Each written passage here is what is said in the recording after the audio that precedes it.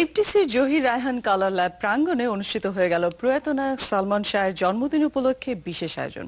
Salman Shah fan ক্লাবের আয়োজনে শুরু থেকেই ছিল অপেশাদারিত্বের ছাপ। অনুষ্ঠানে উপস্থিত ছিলেন সালমান জননী নীলা চৌধুরী।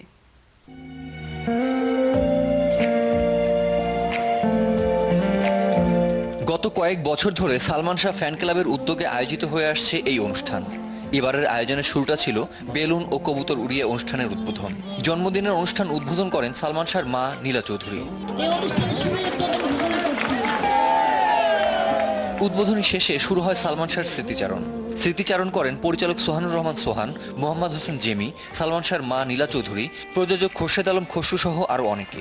পুরো অনুষ্ঠানে দেখা যায়নি এফডিসির অন্যান্য পরিচালক ও কলাকুশলীদের। ওই সময় তো অনেক আনন্দ, অনেক কিছু সকালবেলার থেকে আগের দিন থেকে তার প্রিপারেশন চলতো, কি কাপড় পরবে।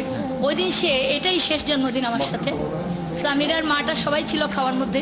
ও করছে কি সালোয়ার কুর্তা বানিয়েছিলাম অনেক, ওই যে দেনমোহরে অনেকগুলো সালোয়ার কুর্তা পরেছে, দেখেন অনেকগুলো কামিজ দিয়েছে। তো দেখে বলে আল্লাহ আম্মা এতগুলি আনছো, বলে ভেরি নাইস বলে করছে কি একটা পরে এসে আমাকে সালাম করে আদর দেয়, দিয়ে আবার গিয়ে খুলে। আত্মহত্যা করেছে কে বলেছে?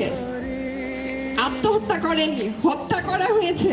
রহস্য উদ্ঘাটন তখনই হবে যখন ঘরে যারা ছিল, যারা চাক্ষুষ প্রমাণ, আবুল তার স্ত্রী, তারপরে এই যে স্ত্রী বিয়ে করেছে একটা ছেলেটাকে, সালমানের ঘনিষ্ঠ বন্ধু, সে কেন স্ত্রীকে বিয়ে করলো, এটা একটা রহস্য মনে হয় না? প্রেমের ত্রিভুজ কারণে তো মেরে ফেলতে পারে। স্মৃতিচারণ শেষে শুরু হয় সালমান শাহ স্মৃতিপদক প্রদান। স্মৃতিপদক তুলে দেন সালমান শাহর মা।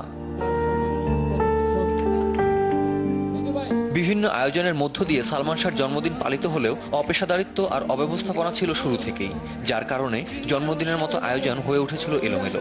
ভবিষ্যতে এমন আয়োজন আরো সুন্দর করে সাজানো হবে এমনটি আশা করছেন সালমান ভক্তরা। আমার প্রিয় সন্তানেরা কেউ অশান্তি করবে না। Kamrul Rifat, showbiz tonight.